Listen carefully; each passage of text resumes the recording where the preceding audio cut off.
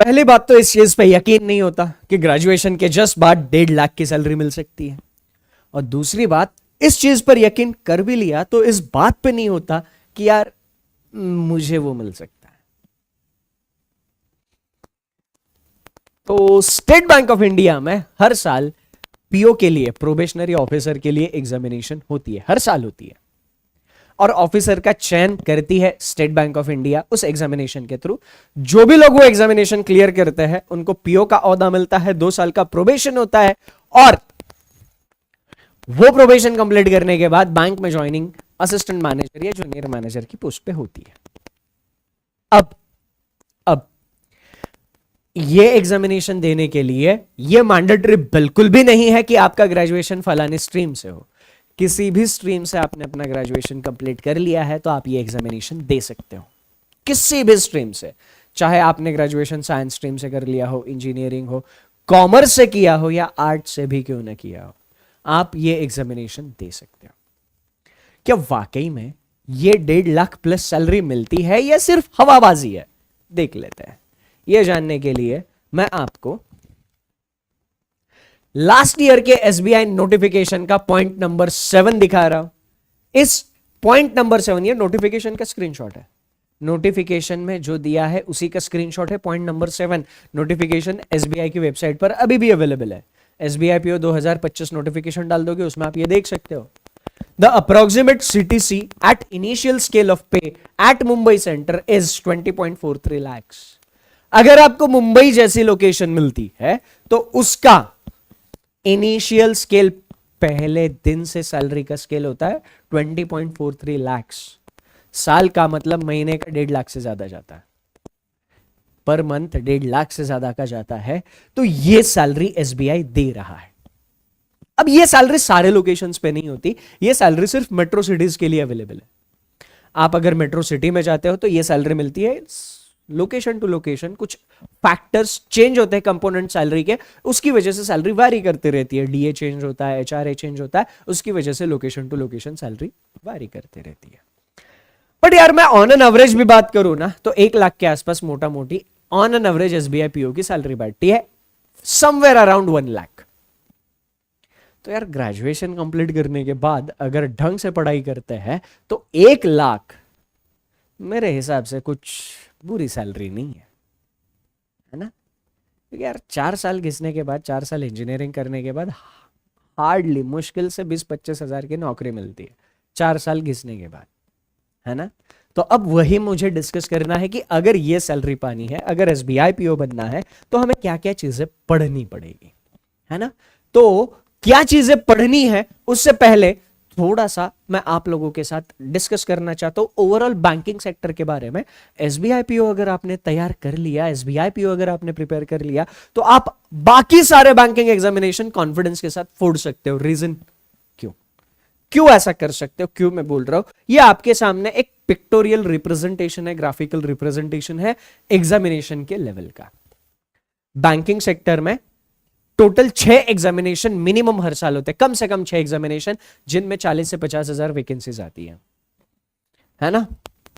तो कौन से एग्जामिनेशन है? RRB PO clerk, IBPS PO clerk, SBI PO clerk, 6 examination हो गए।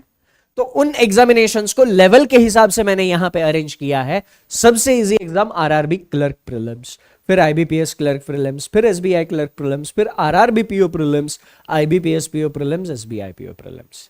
मतलब क्या है सर, अगर आपने एसबीआई पीओ प्रीलिम्स लेवल तक की तैयारी कर ली, एसबीआई पीओ प्रीलिम्स लेवल तक की तैयारी अगर आपने कर ली, तो फिर यहां पर आपके ये सारे एग्जाम की तैयारी अपने आप हो जाती है। सिलेबस सबका सेम है, सिलेबस सबका सेम है।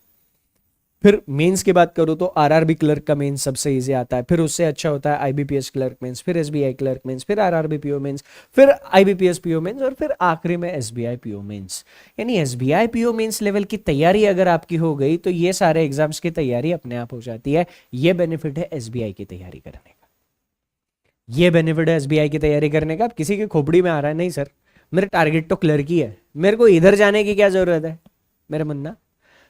टारगेट अगर क्लर्क भी हो तो ये लेवल ऐसे जाकर एसबीआई पीओ का लेवल प्रीलिम्स का जहां पे खत्म होता है उससे आगे एसबीआई क्लर्क का लेवल होता है। तो एनी हाउ ये लेवल आपको पढ़ना ही।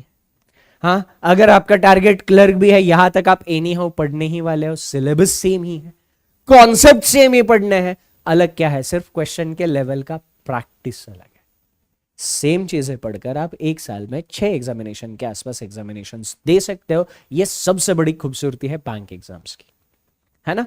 तो अब सिलेबस क्या है, सबके लिए सिलेबस सेम है, पर क्योंकि एसबीआई हम स्पेसिफिकली डिस्कस कर रहे हैं, मैं आपको थोड़ा सा एसबीआई का एग्जाम पैटर्न दिखा दूं और फिर उसके बेसिस पे सिलेबस डिस्कस करेंगे। क्यों एग्जामिनेशन पैटर्न जानना क्यों जरूरी है? क्योंकि एग्जामिनेशन पैटर्न में हमारे इंपॉर्टेंट टॉपिक्स छुपे हुए हैं, है ना। प्रीलिम्स, ये प्रीलिम्स का एग्जामिनेशन पैटर्न है। प्रीलिम्स में इंग्लिश 40 क्वेश्चंस आएंगे 40 मार्क के लिए, क्वांट आएगा 30 क्वेश्चन 30 मार्क के लिए, रीजनिंग आएगा 30 क्वेश्चन 30 मार्क के लिए, और हर एक सेक्शन के लिए 20-20 मिनट का टाइम रहेगा। तो आपने अगर पैटर्न देख लिया तो आपको प्रीलिम्स में यह समझ में आएगा, यार प्रीलिम्स में इंग्लिश का वेटेज तो ज्यादा है। अब ये सोच के ये पढ़ के डर लगने लगता है, ओ तेरी, मेरी इंग्लिश का वैसे ही बंटाधार है, अब इंग्लिश वैसे ही कुछ नहीं आ रहा और इंग्लिश का वेटेज सबसे ज्यादा, फिर क्या होगा? मैंने कहा ना कि पैटर्न में इंपॉर्टेंट टॉपिक्स छुपे हुए हैं। सिलेबस में सिर्फ प्लेन सिलेबस, यहां पे आके टॉपिक बता के थोड़ी ना जाऊंगा।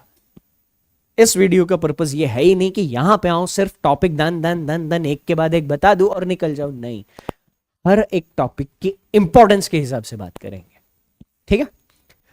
तो अब थोड़ा सा ये पिक्चर अगर दिमाग में बैठ गया, इधर भी आएंगे थोड़ी देर बाद, क्योंकि इधर जो चीजें एप्लीकेबल है वही चीजें इधर भी एप्लीकेबल है। तो ये 3 सब्जेक्ट को लेकर थोड़ा बात करता है ना। मैं आप लोगों को रीजनिंग में गाइड करता हूं, तो रीजनिंग में शुरुआत करेंगे, है ना। रीजनिंग का सारा सिलेबस मैं आपको दिखा दूंगा, पर उससे पहले थोड़ा जान लो कि रीजनिंग का सबसे इंपॉर्टेंट टॉपिक कौन सा है। वो है पजल्स। क्यों पजल्स है सर? रीजनिंग का सबसे इंपॉर्टेंट टॉपिक पजल्स क्यों है? Why this Kolaveri di? अभी हमने देखा सर रीजनिंग कितने मार्क का आएगा? 30 मार्क का आएगा प्रीलिम्स में। सर प्रीलिम्स में अगर रीजनिंग 30 मार्क का आ रहा है, पजल्स कितने मार्क के आते हैं? सर पजल्स मिनिमम 20 से 25 मार्क के सिर्फ पजल्स ही आते हैं। इकलौता टॉपिक कितना वेटेज लेके बैठा है? 20 से 25 मार्क आउट ऑफ 30। 30 में से 25 मार्क सिर्फ पजल पे आ रहा है। हाँ, तो ये टॉपिक अगर हमने अपना स्ट्रॉन्ग पॉइंट बना लिया, फिर रीजनिंग में हमें एग्जामिनेशन में स्कोर करना कौन सी बड़ी बात है। और पजल देख के सबको डर लगता है, सबकी हवा टाइट हो जाती है, आई साला पजल नहीं ना, क्योंकि आपने सही तरीके से पजल पढ़ा नहीं है। पजल सही तरीके से कैसे पढ़ते हैं मैं आपको बताता हूं। अगर आप अपने पजल को स्ट्रॉन्ग करना चाहते हो तो एक लेक्चर आपको देखना ही देखना है, दिस इज मस्ट, और ये फ्री ऑफ कॉस्ट यूट्यूब पर अवेलेबल है ना। फ्री ऑफ कॉस्ट यूट्यूब पर ये लेक्चर अवेलेबल है, 251 rules of puzzles by Sachin sir. YouTube पे सर्च करना, 13 घंटे का लेक्चर है सर, 12 घंटे 44 मिनट और कुछ सेकेंड्स, है ना। तो ये अप्रोक्सीमेटली 13 घंटे का सेशन है। इस सेशन को अगर आपने कर लिया तो पजल में थ्योरेटिकली आपको कुछ और पढ़ने की जरूरत ही नहीं है, जरूरत ही नहीं है। अगर ये सेशन आपने देख लिया, थ्योरी सारी कवर हो जाएगी। प्रैक्टिस के लिए क्या करना है?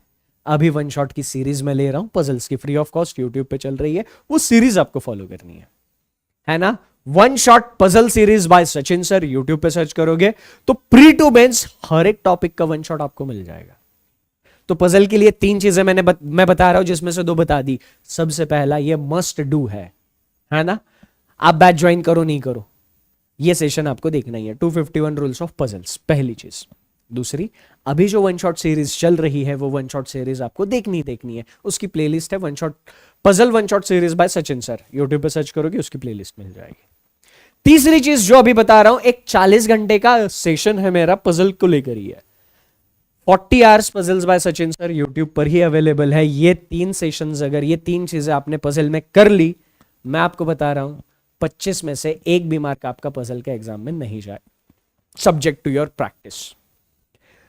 ये करने के बाद सारे कॉन्सेप्ट क्लियर होंगे। अब उन कॉन्सेप्ट के ऊपर मास्टरी हासिल करने के लिए आपको करनी है सर प्रैक्टिस। अब वो आप कितना अच्छा करते हो ये मैं आपके ऊपर छोड़ देता हूं। बट मेरा 100, 200, 300% मैंने इन सारी चीजों में दिया है, तो this is must do. Puzzle का वेटेज 20 से 25 mark out of 30। Mains examination की अगर हम बात करें, मेंस एग्जामिनेशन में 40 क्वेश्चन आते हैं 60 मार्क्स के लिए। क्या बोल रहा हूं मैं, इन 60 मार्क्स में से 60 मार्क की रीजनिंग मेंस में आती है, 60 मार्क्स में से अप्रोक्सीमेटली 30 मार्क्स सिर्फ और सिर्फ पजल्स पर है।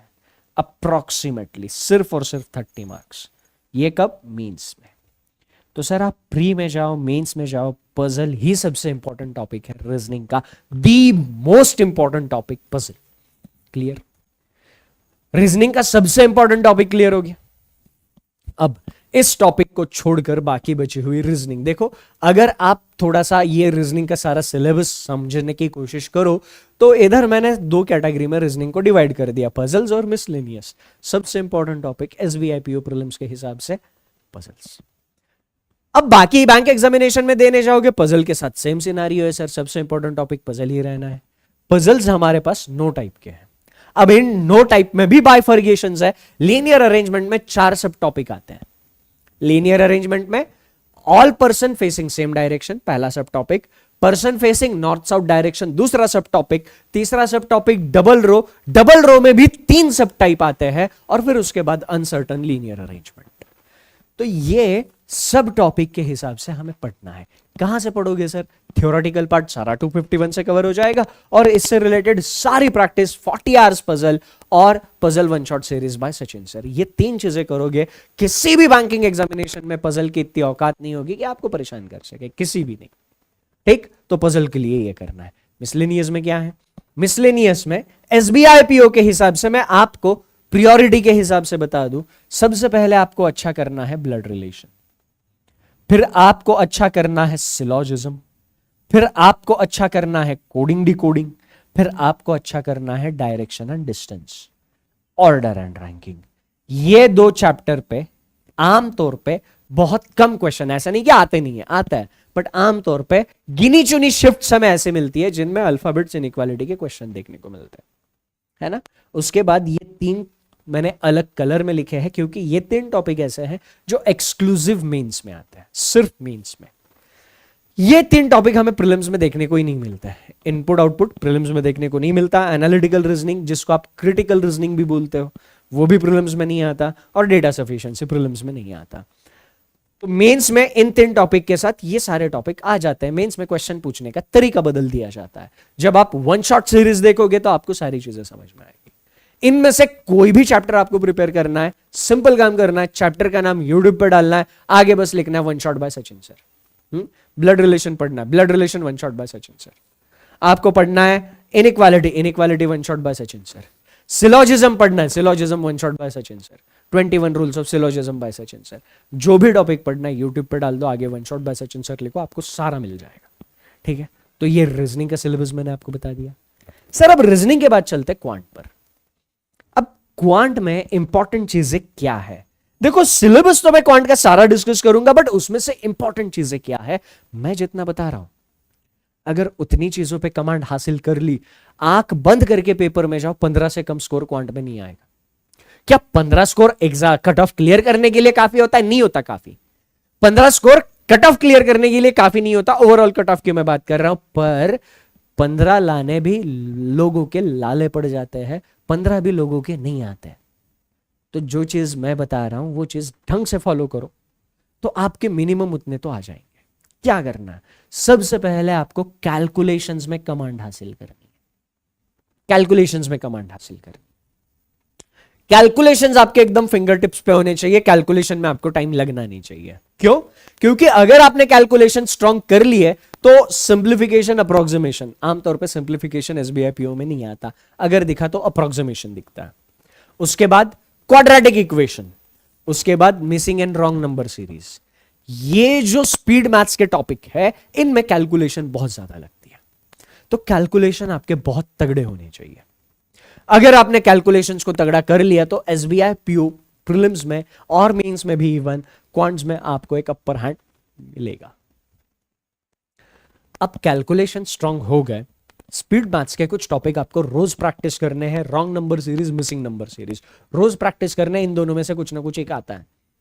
क्वाड्रेटिक इक्वेशन दिखे तो दिखते हैं, है ना, अप्रोक्सीमेशन दिखा तो दिखता है, बट रॉन्ग और मिसिंग नंबर सीरीज करनी है। वो अगर हो गया, है ना, वो रोज प्रैक्टिस करो, है ना, क्योंकि प्रैक्टिस ही तो करनी है। कैलकुलेशंस पर कमांड आ गई, है ना।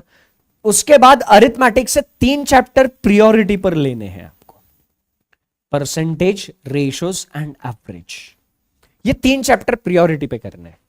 मेरे कहने का मतलब ये बिल्कुल भी नहीं है ये 3 चैप्टर करो अरिथमेटिक बाकी सारा छोड़ दो, ये बिल्कुल नहीं कह रहा हूं मैं, ये बिल्कुल नहीं कह रहा हूं। ये 3 चैप्टर प्रियोरिटी पे कर लो, ठीक है। अब मैं जो बोलने जा रहा हूं वो ध्यान से सुनना और समझना। अगर क्वांट में आपने इतना कर लिया तो आप जो भी जैसे भी परफॉर्म कर रहे हो उससे डेफिनेटली बेहतर परफॉर्म करने लग जाओगे, ठीक है। तो कैलकुलेशंस आपने कर लिए, अरिथमेटिक से परसेंटेज, रेशो, एवरेजेस ये कर लिया, तो फिर आपके डेटा इंटरप्रिटेशन का बेस बन जाता है इन चीजों से। क्योंकि डेटा इंटरप्रिटेशन में या तो परसेंटेज लगेगा, नहीं तो रेशो लगेगा, नहीं तो एवरेज लगेगा, नहीं तो ये तीनों मिलाकर लगेगा। डेटा इंटरप्रिटेशन में ये 3 चीजें लगती ही लगती है। अब डेटा इंटरप्रिटेशन का बेस बन गया, अब आपके पास एक बेसिक स्किल होनी चाहिए, जिस स्किल को आपने अगर पॉलिश कर लिया तो डीआई के जितने क्वेश्चंस आते हैं, आमतौर पे डीआई के क्वेश्चंस, डेटा इंटरप्रिटेशन के क्वेश्चंस आमतौर पे आपके एसबीआई पीओ प्रीलिम्स में 12 से 15 आते हैं। 12 से 15 डेटा इंटरप्रिटेशन, 30 में से 50% वेटेज डेटा इंटरप्रिटेशन लेके बैठा है। उन मान लो 15 क्वेश्चंस आए, मान लो उन 15 क्वेश्चन में से 10 क्वेश्चन आप ठीक ठीक सॉल्व कर लोगे। अगर ये ढंग से करा है, क्या चीज पॉलिश करनी है आपको? जो जानकारी आपको दी है उस जानकारी को समझना। डेटा इंटरप्रिटेशन चैप्टर में ही उसका राज छुपा हुआ है, नाम में ही राज है। आप दिए हुए डेटा को इंटरप्रेट कैसे करते हो, आप उस डेटा को समझते कैसे हो? आपके सामने अलग अलग तरीके से डेटा रखा जाता है, बार ग्राफ में रखा जाएगा, line graph, pie chart, spider, web, है ना, टेबल, ये सारे फॉर्मेट में आपके सामने डेटा रखा जाएगा, आप उसको समझते कैसे हो? तो वो बेसिक स्किल, क्योंकि हर एक टाइप को समझने का एक बेसिक तरीका है। लाइन ग्राफ को कैसे समझते हैं, एक बार उसको थोड़ा पॉलिश कर लो, क्या जानकारी दी है, इंटरप्रेट कैसे करनी है। बार ग्राफ कैसे समझना है, टैबुलर समझने के लिए थोड़ा आसान होता है ना। तो वो अगर जानकारी का कोरिलेशन लगा पाए, वो इंफॉर्मेशन समझने का कॉमन सेंस आपने डेवलप कर लिया, तो 12-15 मार्क क्वांट में लाना ज्यादा मुश्किल नहीं है। और मैं क्या बोल रहा हूं, उतने सफिशिएंट नहीं है। क्वांट में 20 से 25 थोड़ा ज्यादा बोल दिया मैंने, 20 से 23 के बीच में अगर आपका स्कोर आता है तो बहुत अच्छा स्कोर है। 20 के अगर 20 क्रॉस कर जाते हो आप, बहुत अच्छा स्कोर है। तो सर मुझे एक बात बताओ, 15 मार्क को लेकर आप कॉन्फिडेंट हो गए तो अगले 5 मार्क बढ़ाने के लिए आपको ज्यादा हेडेक नहीं रहेगा अगर आप ये चीज कर रहे हो तो क्वांट के इंपॉर्टेंट टॉपिक्स हो गए calculation, percentage, ratio, averages and DI, ठीक है। क्वांट का पूरा सिलेबस अगर मैं आपको दिखाऊं तो क्वांट के सिलेबस को 3 पार्ट में मैंने डिवाइड किया है, speed maths, arithmetic, data interpretation. Data interpretation में tabular, line graph, bar graph, pie chart, caselet, mixed graph and missing DI, ये डेटा इंटरप्रिटेशन में है। स्पीड मैथ्स में simplification, approximation, series, number series, missing और wrong number series, quadratic equation. बाकी arithmetic में वही सारे चैप्टर्स है जो आपने स्कूल टाइम में पढ़े हैं। इन चैप्टर्स में से जो चैप्टर्स मैंने आप लोगों को बताए, वो चैप्टर्स को अगर आप प्रायोरिटी देके पढ़ोगे, पहले ये तीनों कंप्लीट कर लो, उसके बाद बाकी के बचे हुए चैप्टर्स धीरे धीरे कंप्लीट करो, जो आपको बताया उसको प्रैक्टिस करते हुए, है ना। जो इंपॉर्टेंट टॉपिक्स मैंने बताए उनकी प्रैक्टिस जारी रखो और बाकी बचा हुआ अरिथमेटिक कवर करते चलो। कॉन्फिडेंस आ जाएगा तो आपके स्कोर में वो डेफिनेटली 3-4 मार्क प्लस करके जाएगा। आप डर डर के जाते हो, साला मेरा सिलेबस ही नहीं हुआ, मुझे पूरे इस पे कॉन्फिडेंस नहीं है, ये सोच के साथ एग्जाम में जाते हो तो वो वैसे ही आपका परफॉर्मेंस नेगेटिव इंपैक्ट हो जाता है ना। उसके बाद आते हैं इंग्लिश पर। एसबीआई पीओ में अगर आपको पेपर इंग्लिश का ढंग से क्लियर करना है तो जितना मैंने समझा और जाना है, सबसे इंपॉर्टेंट एस्पेक्ट है रीडिंग। हाँ, अब देखो यार, मैं अभी भी एग्जामिनेशन देता हूं जस्ट टू चेक कि एग्जामिनेशन में क्या ट्रेंड चल रहा है, ये जानने के लिए मैं अभी भी एग्जामिनेशन देता हूं। और जब मैं प्री के पेपर देखता हूं, मेंस के पेपर देखता हूं, उनका एनालिसिस जब करता हूं, तो एक चीज समझ में आती है यार कि आप अगर मुझे इंग्लिश के रूल्स पूछोगे तो शायद मैं आपको रूल्स नहीं बता पाऊंगा, वर्ड बाय वर्ड क्या रूल है। आप अगर मुझे कॉन्सेप्ट पूछोगे तो शायद मैं आपको कॉन्सेप्ट भी नहीं बता पाऊंगा कि ये कॉन्सेप्ट है, पर आप मुझे इंग्लिश के पेपर के क्वेश्चंस दे दोगे तो ठीक ठीक मैं स्कोर कर लेता हूं उसमें। रीजन क्या है? क्योंकि इस चीज के ऊपर मेरी ठीक ठाक कमांड है, बहुत अच्छी नहीं कहूंगा बट ठीक ठाक कमांड है, मेरा इंग्लिश रीडिंग ठीक ठाक है। तो इंग्लिश रीडिंग का क्या मतलब है, मैं क्या कहना चाह रहा हूं सर इंग्लिश रीडिंग? सर आपको इंग्लिश एज ए लैंग्वेज समझ में आनी चाहिए और इंग्लिश पढ़ने की आपको आदत होनी चाहिए। इंग्लिश में सबसे बड़ी प्रॉब्लम क्या है? इंग्लिश जिंदगी में हमने पढ़ी नहीं रहती, वो सबसे बड़ी प्रॉब्लम है इंग्लिश की। अरे इंग्लिश पढ़ी ही नहीं है। हाँ, इंग्लिश के क्वेश्चन डायरेक्ट एग्जामिनेशन में देख रहा है और वो भी रट रट के जा रहा है। हाँ, ग्रामर के इतने कॉन्सेप्ट रटो, इतनी वो कैब रटो, फला ना रटो, डिम का ना रटो और फिर जाओ एग्जाम में। नहीं सर, इंग्लिश रटने वाली चीज नहीं है। और इंग्लिश जो लोग रटने के पीछे जाते हैं, इंग्लिश उनकी जिंदगी जहन्नुम बना देता है ना। तो इंग्लिश में रीडिंग सबसे इंपॉर्टेंट है। क्या होता है ना सर, जब आपको सही इंग्लिश पढ़ने की आदत लग जाती है, क्योंकि क्या है ना, इंग्लिश का पेपर जिस पैटर्न में आपको पूछा जाता है उसी पैटर्न में अगर मैं आपको हिंदी का पेपर दे दूं, हिंदी का एक सेंटेंस देके मैं अगर आपको उसमें पूछूं कि यार इसमें गलत क्या है बता, तो आपको ज्यादा परेशानी नहीं होगी, है ना। 100 में से 70, एटलीस्ट 70 बार तो आप आंसर सही दे दोगे। सर 100 में से 70 बार आंसर सही देने का मतलब 40 में से 28 मार्क रीजनिंग में स्कोर करना। 70% अगर आप सही हो रहे हो, हाँ, तो 28 मार्क। जिधर गलत जा रहा है वो छोड़ दो, वो स्किप करना है, नेगेटिव मार्किंग में नहीं आना। तो मैं ये कह रहा हूं कि आप हिंदी में क्यों अच्छा परफॉर्म कर लेते हो उसी पैटर्न का पेपर, क्योंकि आपने बचपन से हिंदी सुनी है, बोली है, पढ़ी है। इंग्लिश के साथ वैसा नहीं ना सर। हाँ, इंग्लिश पिक्चरें भी देखते तो आवाज बंद करके देखते हैं, तो फिर इंग्लिश कैसे आएगी? तो इंग्लिश पढ़ने की आदत डालनी है। अब इंग्लिश में छोटा सा सजेशन मैं मेरी एंड से दूंगा, आप अपने इंग्लिश टीचर की बताई हुई बातें 100% फॉलो करना, उसमें कोई भी चेंज मत करना। बस मेरे कहने से एक चीज अपने प्रिपरेशन में इंग्लिश के लिए ऐड करना, रोज आधा घंटा पढ़ने की आदत डालो, है ना। अपने टीचर की बताई हुई बातें कुछ भी ऑल्टर मत करना, मैं उसमें कुछ भी चेंज करने के लिए नहीं कह रहा हूं, बस ये एडिशनल आधा घंटा पढ़ने की आदत डालो। आपकी इंग्लिश की सारी प्रिपरेशन एक तरफ और रोज आधा घंटा इंग्लिश पढ़ने की आदत एक तरफ, ये आपको थोड़े दिन बाद महसूस होगा। क्योंकि यार एरर रूल कहां से बनते हैं सर? जो आपने बार बार चीज पढ़ी है सबकॉन्शियसली आपके दिमाग में बैठ जाती है ना। सबकॉन्शियसली दिमाग में बैठ गई तो फिर वो एग्जामिनेशन में देखते ही समझ में आता है। हाँ, और वोकैबुलरी की बात रही सर, वोकैबुलरी थोड़ी बहुत याद करनी पड़ती है, थोड़ी बहुत रटनी पड़ती है, पर इंग्लिश रीडिंग की जब हमें आदत होती है तो वो वोकैबुलरी हमें यूज टू हो जाती है, बार बार वो वर्ड्स हमारे सामने आते हैं। तो वोकैबुलरी भूलने वाली जो प्रॉब्लम है, वो प्रॉब्लम को हम यहां पर टैकल कर लेते हैं, है ना। तो इंग्लिश का पूरा सिलेबस में अगर आपको दिखाऊं तो इंग्लिश का पूरा सिलेबस 3 पार्ट में डिवाइड होता है, vocabulary, grammar and reading. Reading based questions क्या क्या आता है? Passage, inference based questions, parajumble, sentence rearrangement and cloze test. Cloze test reading और वोकैब दोनों का पार्ट हो सकता है। क्लोज टेस्ट जो होता है वो रीडिंग वोकैब दोनों का पार्ट हो सकता है। क्यों? क्लोज टेस्ट में हमें वर्ड्स डालने होते हैं, बट रीडिंग कॉन्टेक्सचुअल, अगर रीडिंग का कॉन्टेक्स्ट अगर आपको है, वो जानकारी जो पैसेज में दी है उसका कॉन्टेक्स्ट अगर आप लगा रहे हो तो ये ज्यादा मुश्किल नहीं रहता। इसलिए ये रीडिंग और वोकैब दोनों का कॉम्बिनेशन हो जाता है क्लोज टेस्ट। वोकैबुलरी में synonyms, antonyms, idioms, phrases, phrasal verbs. अब यार आपको पढ़ने की आदत है, आपने बहुत बार, क्योंकि एग्जामिनेशन में, ये बैंकिंग एग्जामिनेशन की एक खूबसूरती है कि अतरंगी चीजें नहीं पूछता है। जो आपको डे टू डे लाइफ में देखने को मिलता है वही चीजें एग्जामिनेशन में देखने को मिलती है। अगर आपकी रीडिंग की हैबिट है तो ये इधर जो वर्ड्स आएंगे, जो फ्रेजल वर्ब्स आएंगे, हाँ, जो इडियम्स आएंगी, फ्रेजेस आएंगी, वो सारी आपने पढ़ रखी होगी, तो उनके मीनिंग आपको पहले से पता होंगे। तो इधर आपको वोकैबुलरी में ज्यादा परेशानी नहीं, रीडिंग में ज्यादा परेशानी नहीं। फिर रही बात ग्रामर की, सर ग्रामर अगेन आप सुनना अपने इंग्लिश टीचर की। बस मैं ये बोल रहा हूं कि ग्रामर रूल को पढ़ के, रूल को रट के अगर करने जाओगे तो फिर यार ग्रामर जिंदगी जहन्नुम बना देता है। और शायद ये बात हर इंग्लिश का टीचर भी बोलता है। इंग्लिश के टीचर खुद बोलते हैं रूल रटो मत, समझो।